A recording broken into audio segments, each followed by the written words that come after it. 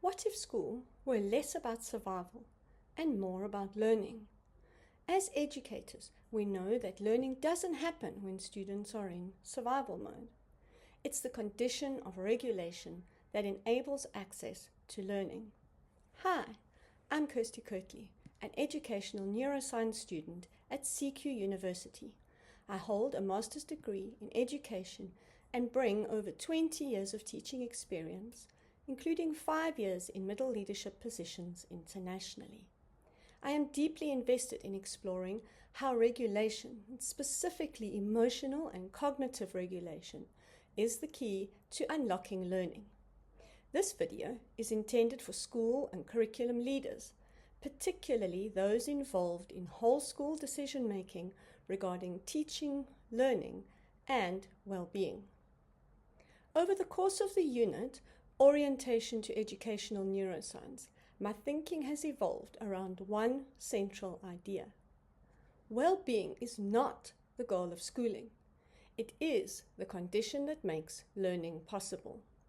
Regulation enables access, and curriculum creates direction. Before I dive deeper into the key aspects of emotional regulation and curriculum design, you may notice that I'm not using text-heavy slides in this video. From a neuroeducational perspective, spoken language paired with supportive imagery allows for deeper processing without competing for the same cognitive resources. Research in educational neuroscience shows that when learners hear and read the same dense information at the same time, working memory becomes overloaded and comprehension decreases. This design choice reflects principles drawn from cognitive load theory and brain-based learning research, including work described in Mind-Brain Education Science by Tracy Tokuhama Espinosa, where separating spoken explanation from written text allows the brain to process information more effectively. The PEN principles outlined by John Medina in Brain Rules align with these educational practices and offer further insights into how our brains process information most efficiently. I'll be drawing on these principles throughout the video to highlight the significance of design in enabling effective learning. To ensure the visual imagery supports the message effectively and avoids copyright issues, I have used AI-generated visuals, ensuring that the images are aligned with the principles of multimedia learning and are not overloaded with text. This approach allows the visuals to complement the spoken content, reinforcing the key points without distracting from the learning experience. My thinking and journey began with the social brain. Neuroscience makes it clear that the brain is fundamentally relational. Learning is not just a cognitive process, it's a deeply social and emotional process. Researchers such as Louis Cozolino have shown that learning is inseparable from relationships, attachment, and emotional safety. The brain evolved to learn in connection with others and not in isolation. From a neuroscience perspective, when students perceive threat, whether that's a social threat, emotional, or cognitive, the brain prioritizes survival over learning. And it's in these moments that neural resources are diverted away from the prefrontal cortex. This is the region responsible for executive functioning, reasoning, and self-regulation. This insight fundamentally reframed how I began to understand behavior in my own professional practice. Rather than interpreting disengagement as a lack of motivation, I began to see it as a regulation issue. And one idea has become central to my thinking, and that's before students can engage with curriculum, their nervous systems must first register safety. This does not mean lowering expectations. It means recognizing that co-regulation precedes self-regulation and that learning simply cannot occur when students are neurologically unavailable. The study of stress, the brain, and cognitive access has deepened my understanding by examining stress at the level of the nervous system. Neuroscientists such as Judy Willis explained that prolonged stress alters how the brain allocates its cognitive resources. So rather than supporting flexible thinking and reflection, the brain becomes increasingly efficient at detecting threat, but less capable of holding information, adapting strategies, or even just sustaining attention. In other words, the brain becomes efficient at survival, but inefficient at learning. This marked a turning point in my professional thinking. I began to see that reducing challenge is not the same as reducing stress. In fact, consistently low challenge can undermine the very skills we want students to develop. Skills like resilience, motivation, and executive control. What matters is not the absence of challenge, but the way in which that challenge is designed. Research in educational neuroscience points to the importance of productive stress, so challenge that stretches learners while keeping the brain available for learning. This aligns with Tracy Tukahama Espinosa's work on optimal learning conditions, where attention and motivation are sustained, but without triggering threat responses. This led me to a leadership realization that now anchors my thinking. Well-being does not compete with academic rigor. It determines whether rigor is reachable. And if well-being determines whether learning is reachable, then curriculum determines where learning actually goes. This is where my passion for curriculum design fully connected with neuroscience. Educational neuroscience shows us that learning depends on attention, memory, meaning-making, and cognitive load. Curriculum is not neutral in this process. It either organizes thinking or it overwhelms it.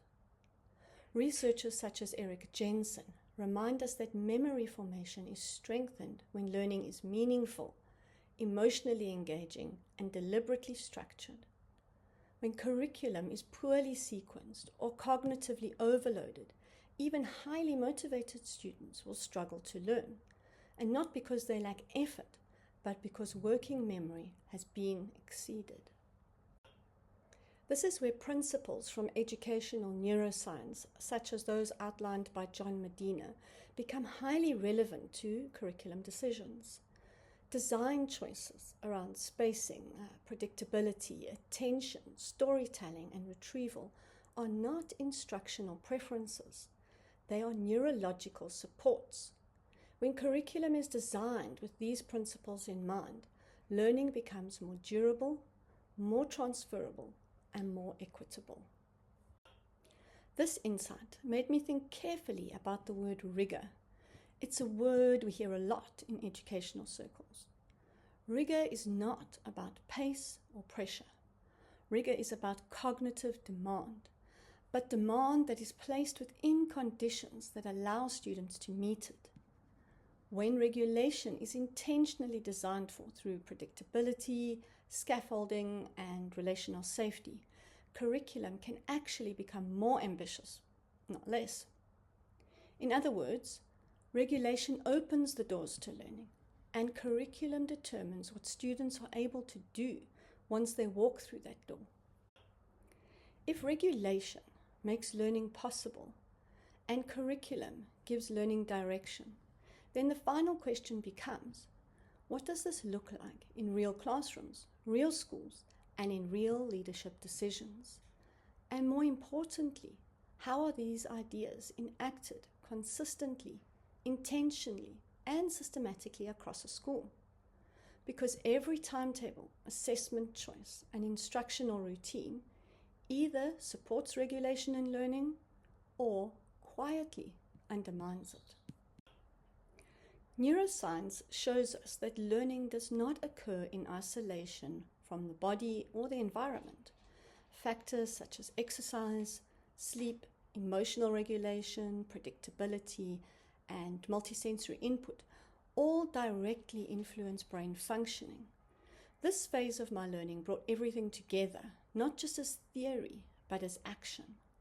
For example, research shows that physical activity increases BDNF, often described as fertilizer for the brain, It's a key neurotrophic factor involved in neuroplasticity and memory formation. Predictable routines reduce cognitive load. Clear expectations will free working memory. Strong relationships increase students' willingness to engage with challenge. All of these are examples of neuroeducation in action. This strongly aligns with what I've seen in real classrooms and schools. When regulation is supported, students are not shielded from difficulty, they are equipped to meet it. I would like to share one idea that has crystallized for me here. Social emotional learning is curriculum design's silent partner, and therefore curriculum decisions are well-being decisions. What this highlights is that schools are always shaping regulation. The only question is whether we are doing it intentionally or accidentally. When regulation is left to chance, learning becomes fragile. When regulation is designed for deliberately, consistently, and system-wide, learning becomes sustainable. And I want to be very clear, I'm not advocating for reduced expectations. I'm not here to make learning optional. I'm not here to soften the work. I'm here to make learning possible. When regulation is intentionally designed for, students are not protected from challenge. They are prepared for it. So then everything becomes possible. In conclusion, I'd like to remind you that educational neuroscience invites us to stop choosing between care or challenge.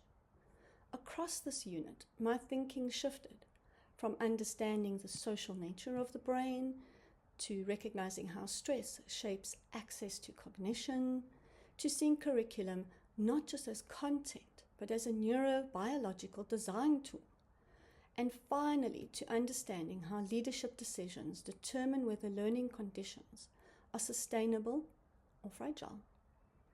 When regulation is intentionally designed for, curriculum is finally able to do what it was always meant to do: stretch thinking, deepen learning, and prepare students not just to cope, but to thrive. What this study in educational neuroscience has made clear to me is this: schools are never neutral environments for the brain. Every structure, every routine, and every expectation is already shaping regulation. The only question is whether we are doing it by design or by default. Thank you for listening.